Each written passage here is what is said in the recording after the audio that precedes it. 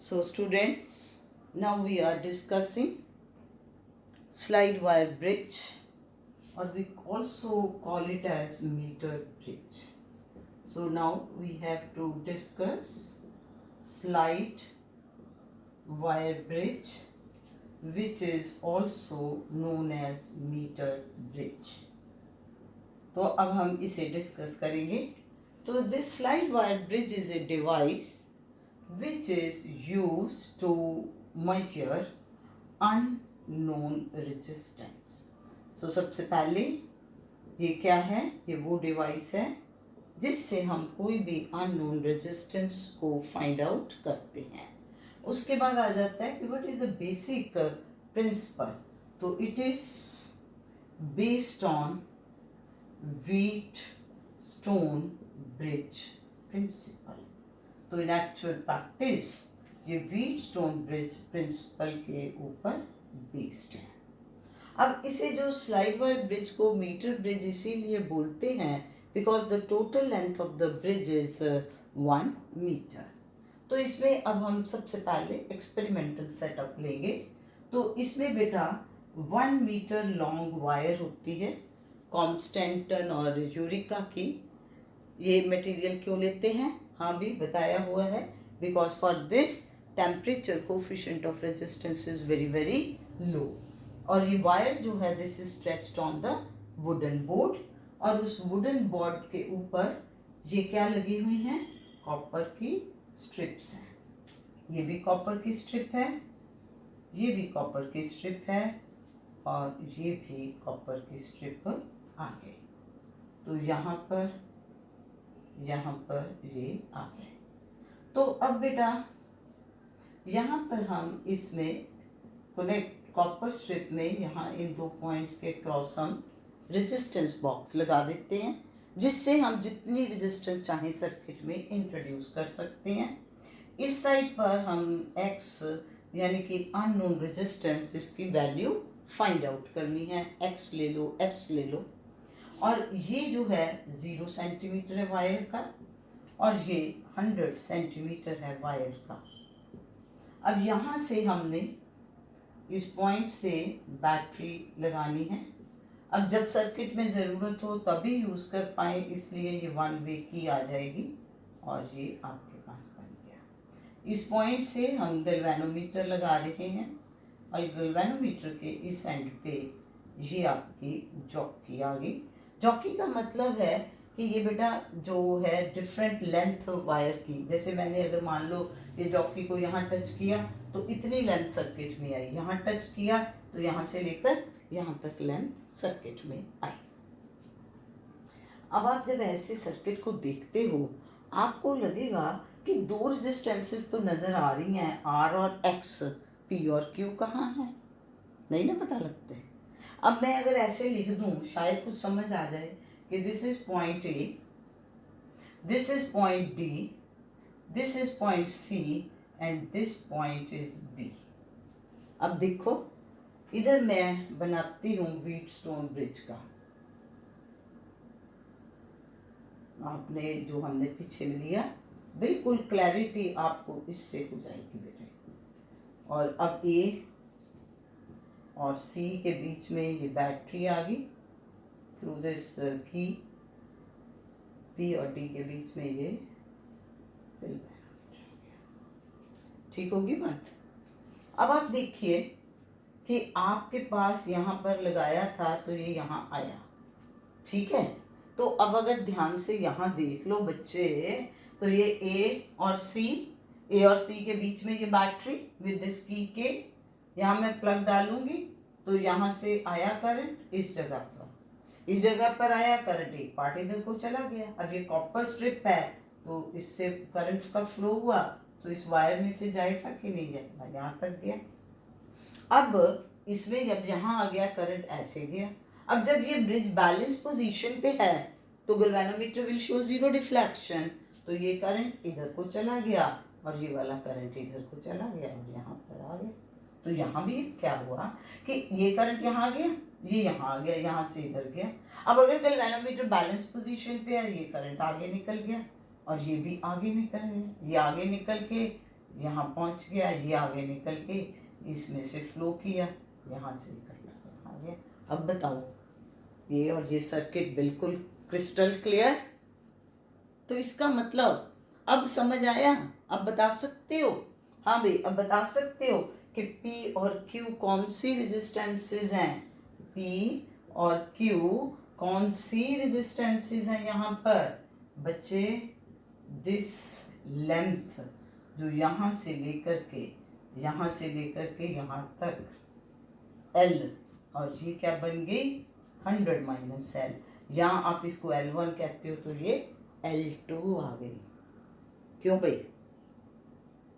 So that means this length of the wire L corresponds to P, this length of the wire 100 minus L corresponds to Q। देखो P को क्या लिखूंगी मैं, रो L by A, Q को मैं क्या लिखूंगी, रो 100 minus L by। तो रो इसमें resistivity of material of wire है, ए इसमें थिकनेस ऑफ द वायर है। तो ये इस तरीके से आपके पास बन गया कि this L and 100 minus L corresponds to resistances P and Q। So अब पहली चीज़ अभी हमने क्लियर की है कि ये जो मीटर ब्रिज है इसमें 4 रेजिस्टेंसेस हैं। 4 रेजिस्टेंसेस कैसे हैं, R, X, और उसके बाद 2 रेजिस्टेंसेस जो हैं वो कहाँ से आएंगी, फ्रॉम दिस जॉकी, 0 से लेकर के जॉकी तक एक एंड L हो गया और दूसरा 100 माइनस L हो गया। तो वो जो वायर्स की लेंथ है, जो पीसेज हैं, दोज उनकी रेजिस्टेंसेस जो हैं that will be P and Q। So this point is clear. अब हम इसमें प्रोसीजर की तरफ चलते हैं कि how we can calculate value of X। तो अब हम क्या करेंगे, we will start from this 0 centimetre, jockey यहाँ पर रखी, galvanometer will show no deflection. अब धीरे धीरे जॉकी को यहाँ टच किया, देखा गैल्वेनोमीटर के अंदर डिफ्लेक्शन है, लेट अस से वो डिफ्लेक्शन जो है इधर आपकी राइट की तरफ थी, फिर यहाँ टच किया, देखा डिफ्लेक्शन राइट इधर को थोड़ी आ रही है, फिर यहाँ टच किया और टुवर्ड्स 0 आ रही है, यहाँ टच किया। तो ऐसे करके देख रहे हैं कि जैसे जॉकी यहाँ पर पहुंची तो गैल्वेनोमीटर जो है वो 0 डिफ्लेक्शन दे रहा है, और अगर आप उसके बाद करोगे तो डिफ्लेक्शन अब लेफ्ट की तरफ हो जाएगी। सो दैट मीन्स कि जो AB लेंथ है वायर की, AB length of wire will correspond to resistance P। तो वो P रेजिस्टेंस को बताएगी जो AB लेंथ वायर की है, ठीक हुआ। और जो फिर BC लेंथ आएगी वायर की, that will give you the value of resistance Q। तो इस तरीके से बैलेंस लेंथ आ गई, तो L बैलेंस लेंथ आ गई, तो आपके पास अब क्या फॉर्मूला बन गया, P by Q is equal to R by X, और you can say X is equal to R into Q by P।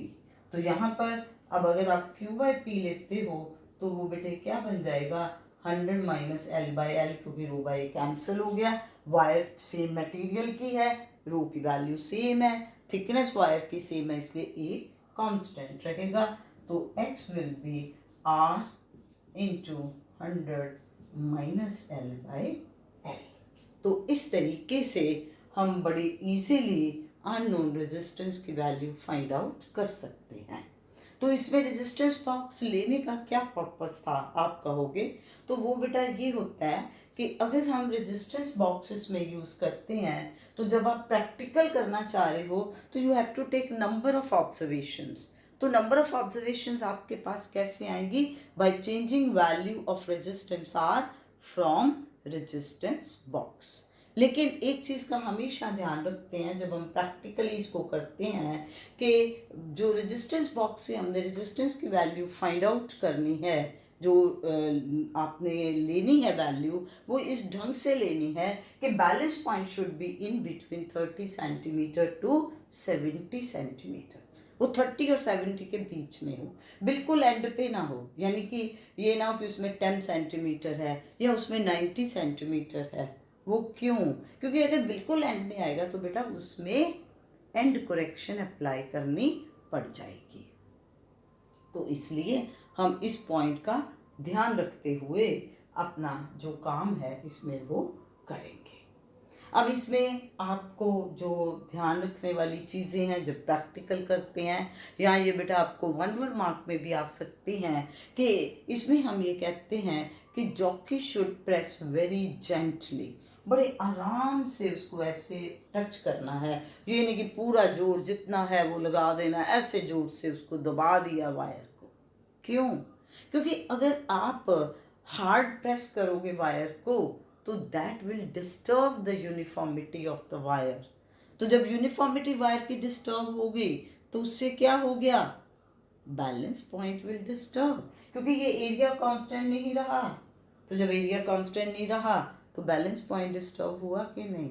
तो इसलिए इसमें ये पॉइंट बड़ा इम्पॉर्टेंट है कि बड़े ध्यान से उसको प्रेस करना है। दूसरा जो इम्पॉर्टेंट पॉइंट है, मैंने इसमें आपको कहा कि रेजिस्टेंस बॉक्स आपने उस तरफ लगाना है जिधर 0 सेंटीमीटर है। मान लीजिए कि आपने ध्यान ही नहीं दिया, 0 सेंटीमीटर वायर का ऐसे है, हम बैलेंस लेंथ यहाँ से पढ़ रहे हैं, लेकिन हमने क्या किया, रेजिस्टेंस बॉक्स हमने यहाँ लगा दिया और एक्स हमने यहाँ लगा दिया। इससे क्या होगा? इससे फिर बेटा जो आपने पी लिया पी के एक्स हो जाएगा, यानी कि यहाँ पर ये आपके पास एक्स आ गया, यहाँ आर आ गया, तो फिर बैलेंस पोजीशन में P by Q will be X by R. तो रीडिंग गलत हो जाएगी कि नहीं? तो इसलिए इस पॉइंट का ध्यान रखना है कि जिस तरफ आप 0 सेंटीमीटर ले रहे हो, यानी कि जिस तरफ आपकी रेजिस्टेंस पी आ रही है उसी तरफ आपका रेजिस्टेंस बॉक्स अगर कनेक्ट होगा तभी आप वहाँ से आर वैल्यू जो है वो ले पाओगे। और दूसरा, मान लीजिए कि हम इसमें एक्स की वैल्यू को इंक्रीज कर देते हैं, ठीक है? तो हम ये देखना चाहें कि भाई अब एल किधर जाएगा, कम होगा ज़्यादा होगा, कैसे पता चलेगा? आपने एक्स की वैल्यू इंक्रीज कर दी तो that means R by X, R तो सेम रखा तो आर बाई एक्स क्या हो गया? डिक्रीज हो गया। अगर आर बाई एक्स डिक्रीज हुआ तो पी बाई क्यू डिक्रीज होगा, तो दैट मीन्स एल लेंथ क्या होगी? डिक्रीज होगी। एल लेंथ के डिक्रीज होने का मतलब कि balance point will shift towards 0 and, ठीक है ना? लेंथ कम हुई, 0 एंड की तरफ हो गया। अब अगर आप x की वैल्यू को रिड्यूस कर देते हो तो r बाई एक्स इंक्रीज हो गया, that means p should increase, तो balance point will shift away from the 0 end, यानी कि अगर पहले 30 है तो 40 होगा, अगर पहले 40 था तो 50 होगा। तो इस तरीके से इसमें ये पॉइंट्स जो हैं वो हमने ध्यान में रखने हैं। और अब इसमें एक तो बिल्कुल सिंपल प्रॉब्लम आ जाएंगी, जैसे कि ये आपकी दी है तो आप उसको ले लोगे कि भाई ये लिखते हुए कि p by Q is r by x, और अगर शिफ्ट भी हो गए, उल्टा हो गए, तो आप उसके अकॉर्डिंगली देख लोगे बैलेंस लेंथ विल डिस्टर्ब। अब इसमें आपको ये क्वेश्चन आ सकता है ना, वो पूछ सकता है कि if position of x and r are interchange then what will happen to balance point, तो you will say balance point will also shift. अब इसमें ये एक प्रॉब्लम है, ये प्रॉब्लम देखिए, a wire connected in left gap of meter bridge balance, a wire connected in left gap of a meter bridge balance 10 ohm resistance, balance 10 ohm resistance in the right gap, in the right gap to a point which divides the bridge wire, which divides the bridge wire in the ratio 3:2. Bridge wire in the ratio 3:2. If the length of wire is 1 meter, if the length of wire is 1 meter, then what will be length of